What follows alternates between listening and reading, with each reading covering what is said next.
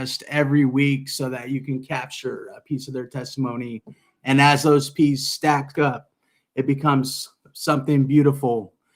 But tonight, I brought on an occupational therapist, and her name is Jane Connolly.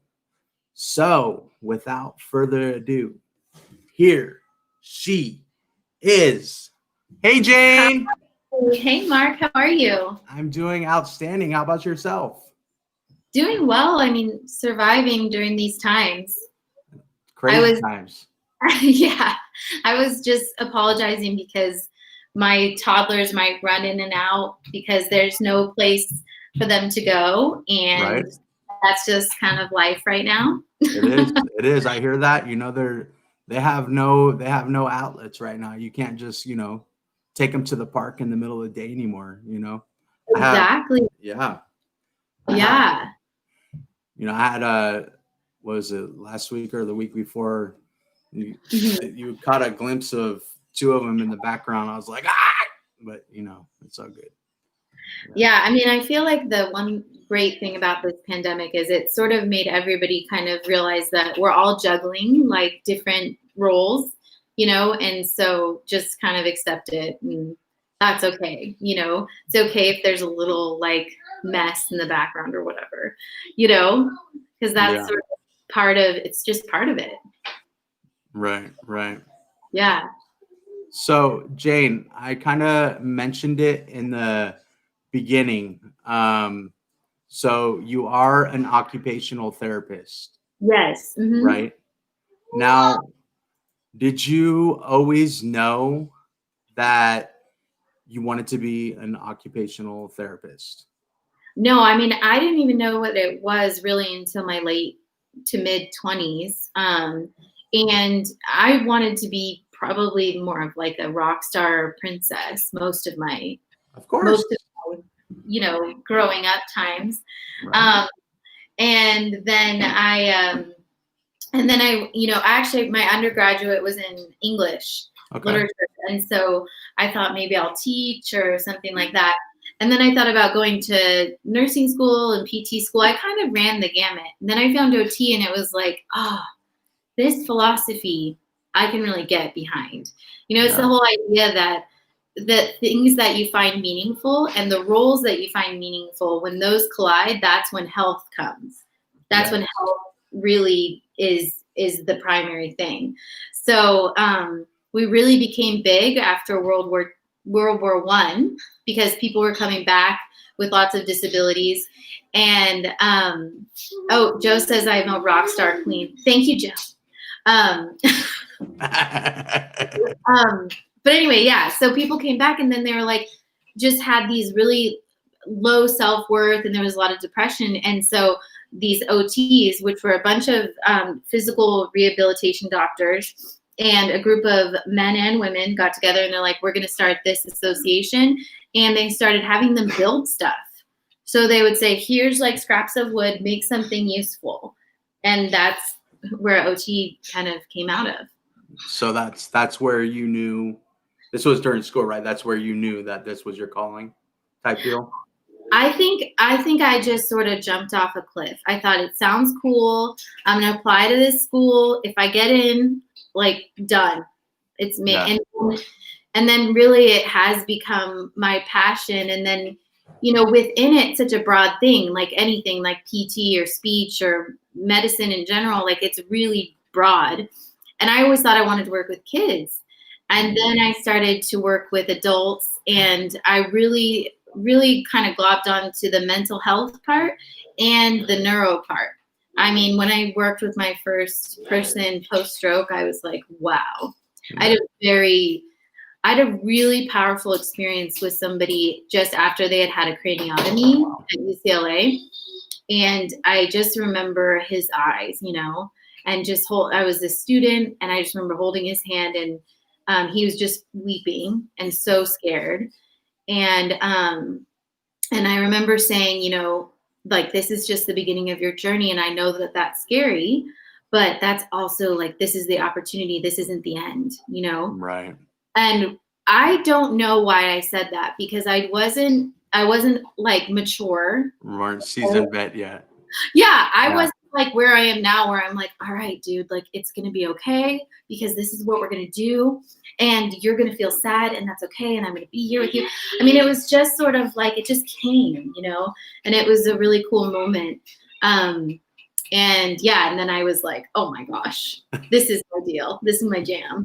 And and there's so much to learn. There's so much to learn. There's like, and every single person with a brain injury is like a fingerprint. So it's like you get an idea like, oh, they're human, and then it's like there's all these intricacies and nuances to each person and different parts of recovery that really work, Mm-hmm. So for one person, it's just, they're like super gung-ho about PT and that's like works for them. For most people though, it has, I think, a community approach and, definitely clinicians, but also family and friends and a whole community that supports you, whether you're able-bodied or disabled. Right. Yeah. Now, I was kind of like gonna go one way with this, and then some of the things that you were talking about, and then some of the things that I was kind of like remembering along the way that, because I'm in a ton of stroke groups, so I was kind of bringing back some of the things that was going on in those stroke groups. So I think I'm gonna ask you some of those questions. Sure. And I hope you're okay with that. Oh yeah. Okay. Yeah. So some of the things that are said in the stroke groups are, that they've been told that they have plateaued in their recovery. Mm-hmm. So can you like elaborate on that? When like, do you tell someone that they have plateaued or what does that mean? Or can you elaborate in any way, shape or form? Yeah, that actually like makes me like warm from the inside out in a bad way. Like I'm sweating because that makes me angry. The plateaued, I kind of understand because a plateau doesn't mean like, sorry, those are my kids. Yeah, it's all good. It's all good. No, I'm just kidding. Bye, you guys. Have fun. Plateau is okay. My least favorite thing is that they've graduated from therapy. That's number one. The second one is plateaued. It's this idea that it's like, okay, you've plateaued, you're not doing well, so leave. And then usually it's like leave. But sometimes it'll be like, come back in 6 months and let's see what's up. So I think that the idea that, in the first, 0 to 6 months of recovery, yes, you have more regeneration, definitely. Right. But now we know without any doubt that neuroplasticity exists. So it doesn't make sense to stop therapy, in my opinion. So I've gotten a lot of, not flack necessarily, but I think sometimes people are like, even like colleagues I respect and hopefully respect me are like, what are you doing? Yeah, why are you saying that? Right? Yeah, why are you seeing this person for so long? And I'm like, because they're still gaining. Right. Like they're still gaining. I mean, it's not like this like crazy, if you go in and you break your arm, the amount of healing that happens in those first 6 weeks is crazy. Mm-hmm. Okay. And then the weeks after when you're strengthening, I mean, you can really see it. This progress is slow and it's arduous. And it's sort of like when you're watching your kids grow up, sometimes like there are these seasons where you're like, I don't think I can do it. You're like, I got to tap out. Right. And then all of a sudden they're like, older and it's easier and they can put their pants on. Right. But that's a really good example because neurodevelopment doesn't happen in 6 months. These skills that we develop, holding a utensil. We have I do a workshop every Friday for this membership that we have through our nonprofit. And one of the things that I said, they wanted to practice they wanted to practice cutting. And so I was like, awesome. And then I showed them the 7 years it takes for a child to develop that, a neurotypical neurotypically developing child. Takes that long to have precise scissor skills. Mm-hmm. So if you've had a brain injury, you're not neurotypically developing, and you're still developing. So you have to give it more time. Does that make sense? It makes sense. So before we dive any further, for those that don't understand, so let's talk about neuroplasticity real quick. Yes. For those that don't quite understand what neuroplasticity is. Yes. So from my understanding, and you can elaborate or correct me if I'm wrong, what neuroplasticity is your brain finds another way to reconnect the paths that are quote unquote broken. Mm-hmm. Is that correct? Yeah, it's that both it can, so here's like the dendrite, which is the branch part, and here's the axon. Right. Say this axon is dead because maybe you've had a stroke, so the blood in there or the lack of oxygen made that die. It will go on and attach to a different axon to make that path work. Yeah. Sometimes too, we can regenerate as well. Mm-hmm. So like this axon that's dead is not actually so dead. Maybe it's half working, maybe it's 5% working, and then all of a sudden you get that kind of growth there. And of course, there's varying levels of deficit. But what's interesting is that in my experience and in a lot of books that I've read, it's not so much the level of injury. It's not like, how bad the injury is. It's all of these other things. It's how open are you to education? Not like necessarily like if you've gone to college, it's how open are you to education? How supportive is your family? How is your mental health? How did you move around prior to your brain injury? What is your willingness level to try something uncomfortable, right? Those actually, to me, way, way, way more important than the actual insult. Yeah, because what I compare it to, like, for instance, like you were saying in the beginning, you see the most progress, 6 months out of your stroke, 6 weeks or 6 weeks, what have you, out of your stroke. You're just like progressing, and then it seems to halt, or it seems to slow down so much that you don't notice it. And that's when a lot of people that's when they tend to tell you, okay, your progress in your therapy has you have reached your goals. Now we're going to send you home, and you can come back to outpatient therapy. So what I tend to compare it to is a diet. So you go on a diet, you lose all this weight, and then you stop losing weight. So you're like, well, shoot, I'm done with my diet, but if you continue your diet, you notice that you're losing weight when you step on a scale, like a week later, or your girlfriend comes over. She's like, dang, girl, you look good. You lost so much more weight, or you go to put on those jeans that you haven't been able to fit in 3 years, and they fit. Yeah. So the progress is still there, but it's just so minute, that you don't see it because you see yourself every day. Yes. Yeah. Yeah. And I mean, I think about that a lot, actually. I think like weight loss has there's a lot of like correlations because it's so mentally taxing. I think when you are, okay, I'm discharged from therapy, so I should be good. And then you go home and it's hard and you don't have the same kind of like structure to work on things.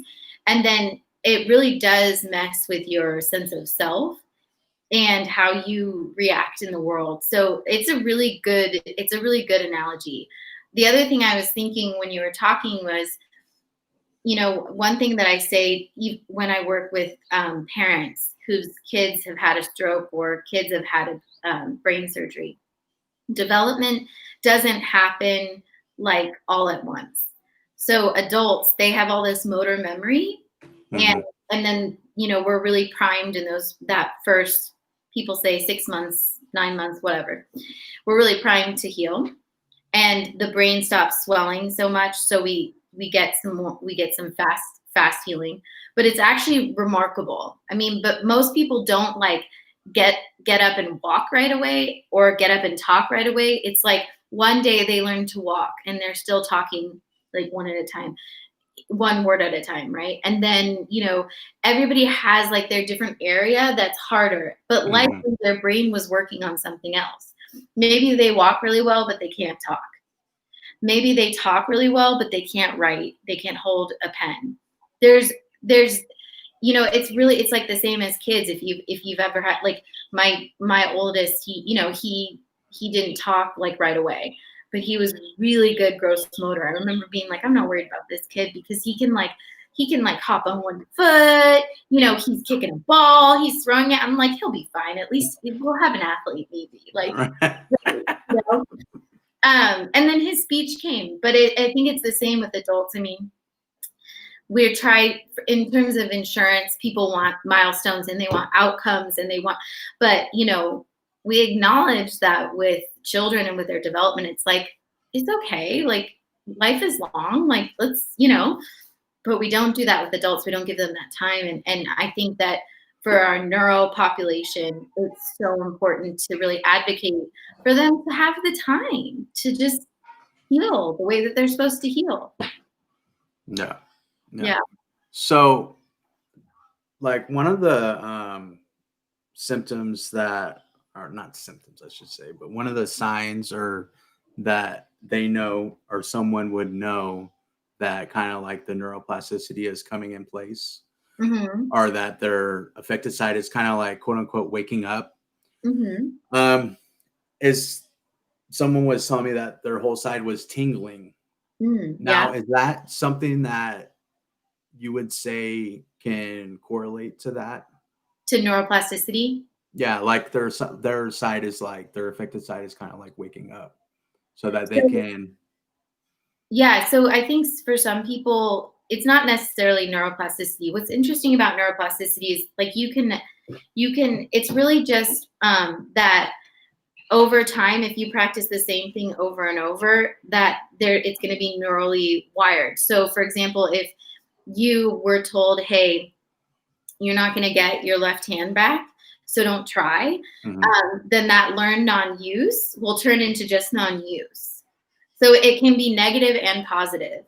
In terms of the tingling, we do sometimes find that you can have like sensory, like a heightened sensory response as when you're kind of getting more back into your body. So your brain is like, I'm aware of you. And then it kind of goes a little too much aware.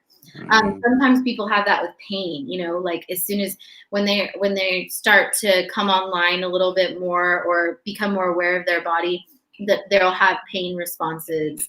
And sometimes it's tingling, a lot of times it's just numbness. But yeah, it can be a sign that it's coming back. Neuroplasticity is interesting though, because we have more control over it. It's not just happening. Like we have control over it. It's like when you look at your finger and you're like, oh, this is my finger. I'm going to move it. I'm going to move it. I'm going to move it. Yeah. Nice. So like now that this kind of going a little off, but I'm just more curious. Now that the COVID has set in and whatnot, you're having to do your therapy and whatnot through teleconference, right? I do. For my private practice, I do probably half and half. There's certain people like, if I have a really young person, like a 5-year-old, I see him in person. I want to talk to the siblings, I want to talk to the parents and that kind of thing. Most people are more worried about getting coronavirus, so they're staying at home and we're doing telehealth. And it's actually been okay. It's been definitely a learning curve, but it really helps me because with our workshops, I'm like-minded. It's like helping me hone that craft of really explaining like, oh, it might be hard for you to open this. That's okay. Let's try to adapt it. And it's been a good challenge, but it's definitely, if you can get a hands-on OT or a hands-on PT, I would say go do that before doing telehealth. But especially for long-term survivors, I think we can really talk through some things that, and I can view you, so I can be like, you're doing that wrong. Get back in line. Right. Now, what are some of the things that you can tell someone that they can do at home for those people that, say that they don't go to therapy? Mm-hmm. I'm at home, I can't do therapy at home. So what are some types of therapy that you can suggest that they can do at home? So I would say, well, first of all, I'm going to plug Like-Minded. Like-Minded is our workshops through Heal the Brain with Jane, which is our nonprofit. And Like-Minded is basically online workshops with clinicians, OT, PT, speech, neuropsych. We have a neurologist coming in December, and clinicians who come and lead workshops where we work on your hand, we work on your mental health, social work, sorry. We have groups for women, we have groups for men. We work on a whole gamut of things, speech, working on your body, different things like that. So I would recommend that. That really became out of the coronavirus. I was like, look, I have this network, I have this like nonprofit, let's actually do something, right? I was like, I've got a podcast, that's cool and whatever. But I was like, I need the accountability, because that's really what Like-Minded is accountability. I know that people are going to show up, that I'm going to have tomorrow at 9 a.m. Pacific Standard Time, I'm going to have 30 people, 2 people from India, 2 people from Nigeria, 3 people from the UK, and everybody else from all over the United States. So it's like, yeah, I'm showing up for that, and I want them. And then, so it's like this great cycle, because they show up for me, I show up for them. And it's not just me. I mean, we have at least 20 classes a month, workshops. They're not classes. Workshops is a better word, I think, because it's very iterative. It means, so it's like very back and forth. So it's like, we have this wonderful class with. Let's do a trial run right here. I love it. Okay, so you come in, and for example, for Tracy. Hi, Jane, I'm here. Okay, and what's my favorite is if it's a big class, I'm like, okay, so you're gonna look at the chat bar, and you need to mute yourself because your kids are screaming, and there's somebody running with the scissors behind you. So mute. And then for my workshop, it's very like, I show you stretches through your hand. Tomorrow we're going to practice, nuts and bolts. And we practice holding, and everybody's at different levels. So some people are like this. Right.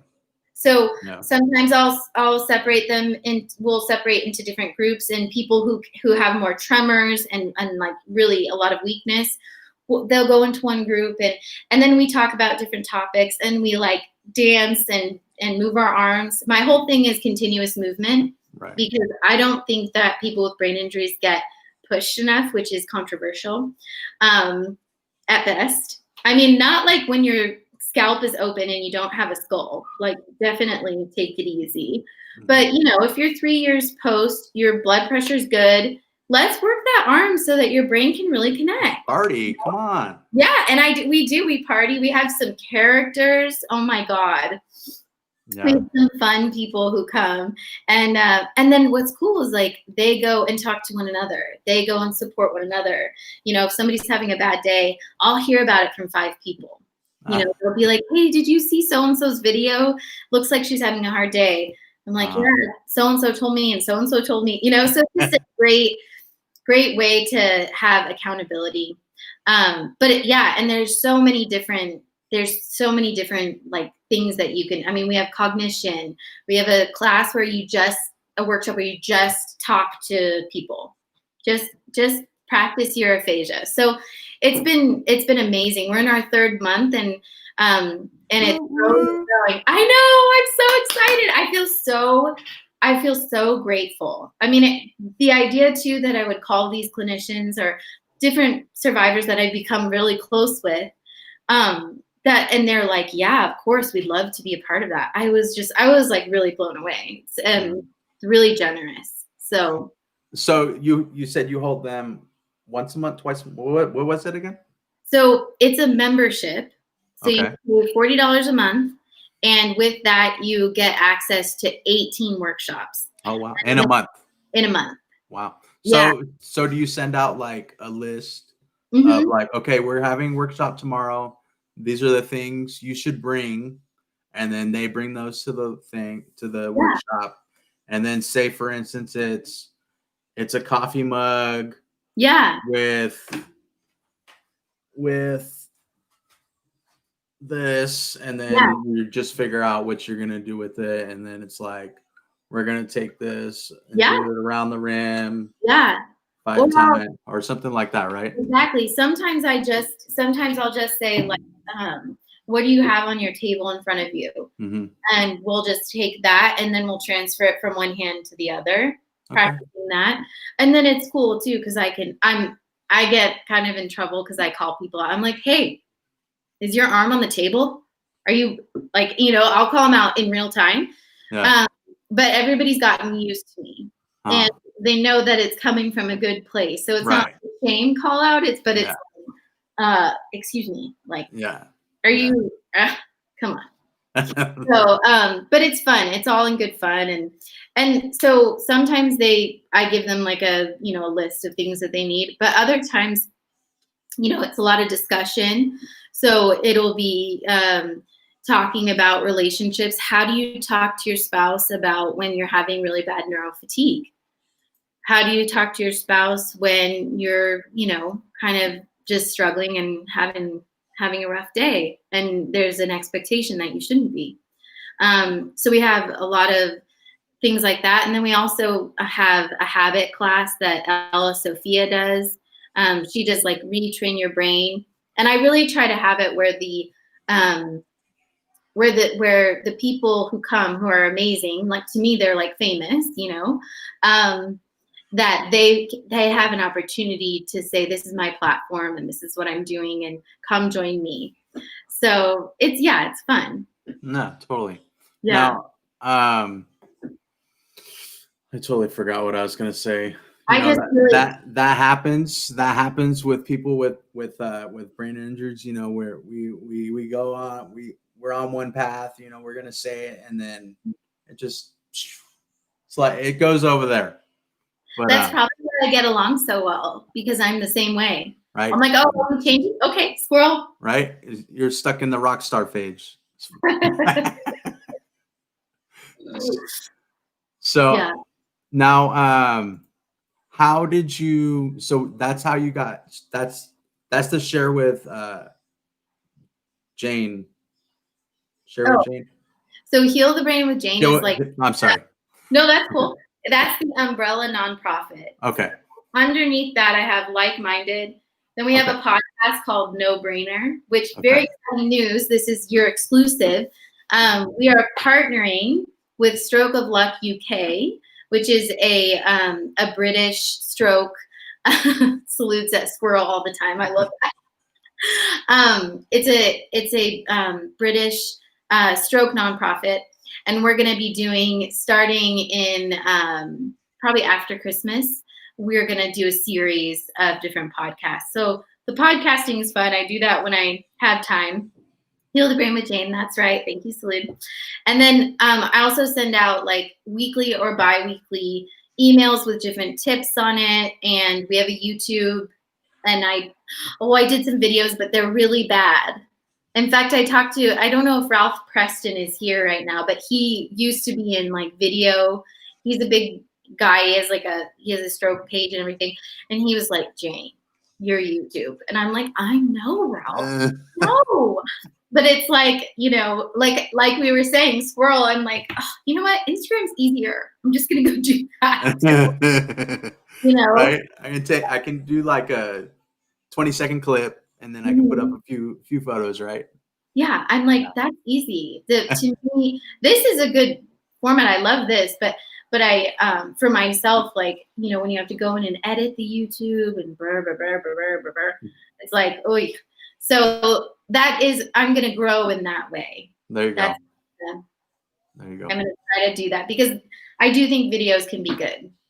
For sure. Now, so that's Heal the Brain with Jane. Heal the Brain with Jane. Then that's which one's the podcast? No Brainer. Then that's also Like-Minded. And then is that all of them that we covered? Yeah, that's it. All right.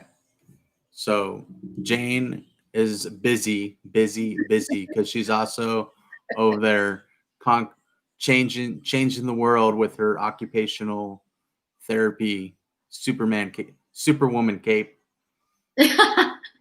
Yes. Well, you know what's so cool is that it's a really special relationship because somebody comes in and sometimes it takes a while, but I always break them down. But like somebody really has to be open with you and really vulnerable about what they're going through, and it can be really hard. And it's like superhero cape really goes on the client who comes in because they go home and they do the work, and this work is hard work. I mean, it takes a lot of humility to be like, I'm just going to keep working this freaking hand, even though it hasn't been nice to me for 2 years, Right. So it's a very special relationship. And I feel really fortunate that I did go off the cliff and just decide to do this OT thing. And I've loved it so much ever since. So we didn't touch on it. How long have you been doing OT? I've been in OT, not including my schooling and stuff, for 7 years. Nice. And that happened really fast. I still feel like very newbie, Yeah. I mean, because you're just always learning. Oh yeah, for sure. Yeah. And I'm always taking classes and doing different things because if you don't, then you kind of suck. And that's what is awesome, is to find a therapist, a doctor, who is open to continuing to learn, because there are many out there that think that they know it all and that are stuck in their own ways, so to speak. Like, no, you got to do it this way. This is how you do it, cookie cutter, you know what I mean? Yeah, I will say though that when I first started, I was like that, and it wasn't because I felt like I knew enough. I think it came from like insecurity because I was like, I read here and I took this, I'm certified in neurodevelopmental treatment. So therefore you need to put your hand here. I mean, I was so militant. I need to make amends with like a bunch of people. If you're watching former patients, I'm sorry. I wanted you to do well. I put a lot of anxiety in it. But yeah, I mean, I think a big part that makes you a good therapist, doctor, whatever friend is letting go and being like, this is what I think, but you do you. Yeah. My neurologist that is on here, Dr. Olivo, he is obviously by the book, but he is, just like that, willing to listen, willing to accommodate and whatnot, and that's why he's the best neurologist in the world. Yes. Yes. I mean, it makes all the difference, but it definitely, I think that the way that we see medicine now is that it's like not a craft, but it's a craft. It's something that you have to work on. And I've been really blessed because I came from a medical family. My brother's a doctor, and my grandfather was a doctor, and I had 2 uncles who were doctors. And so I got to see how they cared for people. And I'm not a doctor by any means, but I think I like to take that into my therapy and into this nonprofit in a way that is really, really, really emphasizing the dignity of people with disabilities. Right. Like really, really challenging the status quo of how we're treating people. The idea that you graduate or plateau after a year, I just think that's bad medicine. I think that's not very human. you know?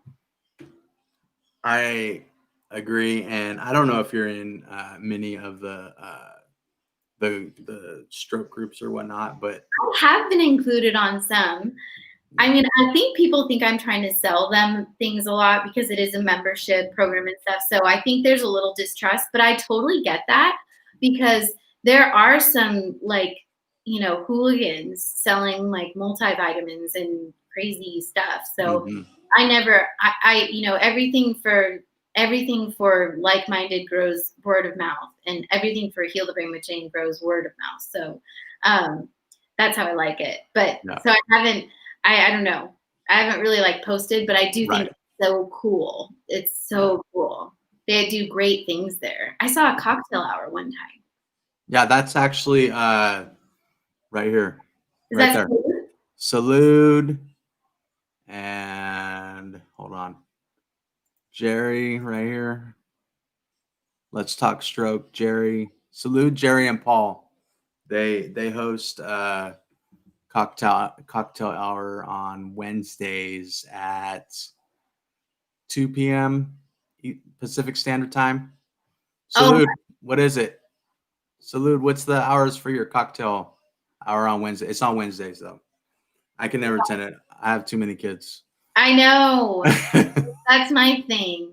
And I don't know if I would feel good about having a 2 p.m. drink and then going to see a patient.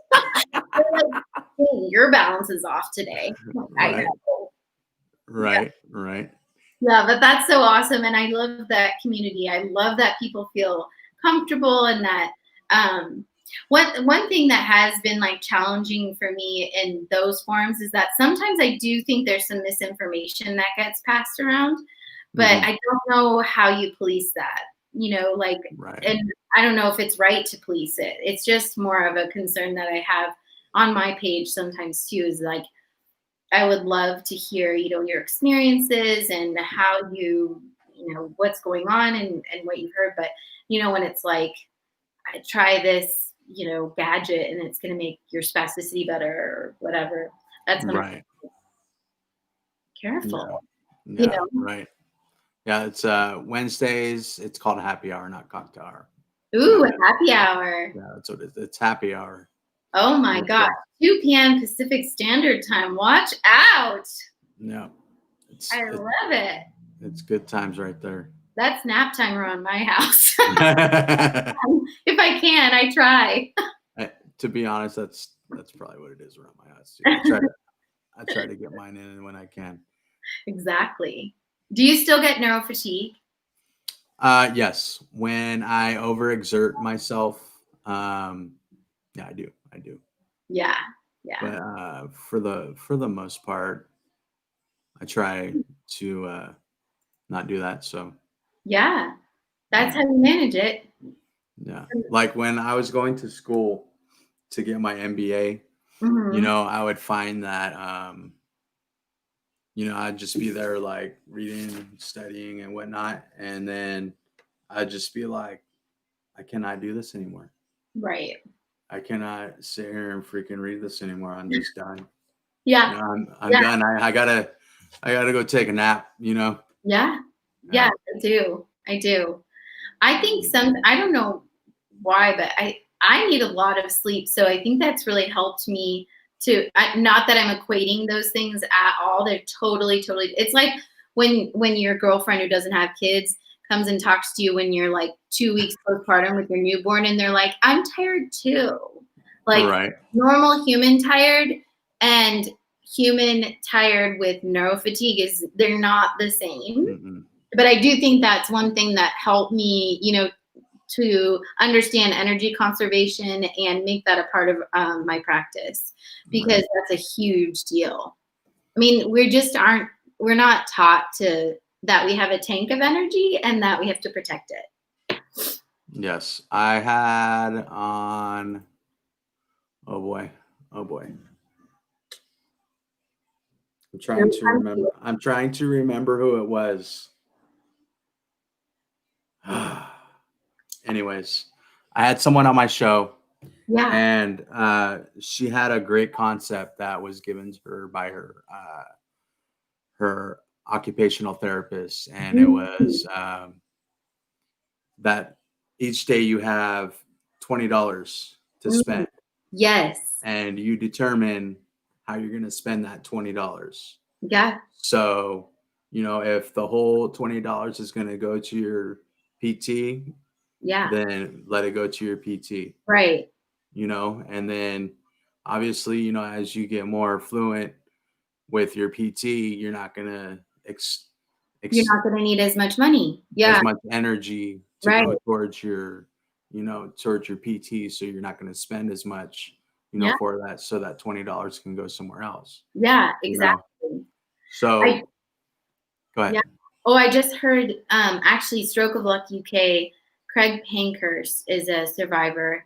And he's become a friend of mine, and his thing, which I really like too, I love that. And I use that a lot too, but he's really made me think about, he has a light system.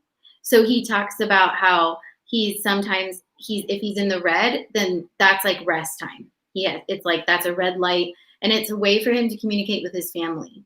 So if they're like, Dad, can we go watch football? He'll say, I'm having a green hour or a yellow hour or a red hour. And then he also has Stroke of Luck UK. Yes. He also has, different activities, and he'll be like, that's a red light activity. So like you were saying with the PT, that's a red light activity. For me, doing my charting, red light activity. Watching Schitt's Creek on TV, green light activity. You know what I mean? Like, and right. So I kind of play around with, and everybody has a different, analogy or metaphor that they like. But I love the cash reserves. And I think that's the principle too behind spoons. Like spoonies. Have you heard that? That's like a big trending. It's like spoonies are people with chronic fatigue.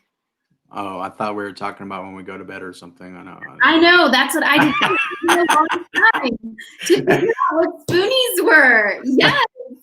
So it's the same idea with cash, but with spoons. So it's like you have 20 spoons in a day. So how many spoons are you going to give to each activity? Hilarious, because I had the same exact thought. I'm like, does that mean like because they're tired, they're spooning more? Am I spooning? Like, I don't know. But yeah, funny. Yeah, it is funny. Jane, I have had so much fun with you on the show. Thank you so much for coming on and dropping a ton of knowledge. That lady right there is my wife. Hi, Shannon. Hi, Shannon. You're a superstar. And thank you so much for coming on and dropping a ton of knowledge on us and sharing with us and opening our eyes on a bunch of things. I really appreciate that. Let's go ahead and give a shout out to everyone that has joined us today. If we can do that real quick. Yeah. My good friend, George Trillifinditis all the way from Australia. Thank you for coming on.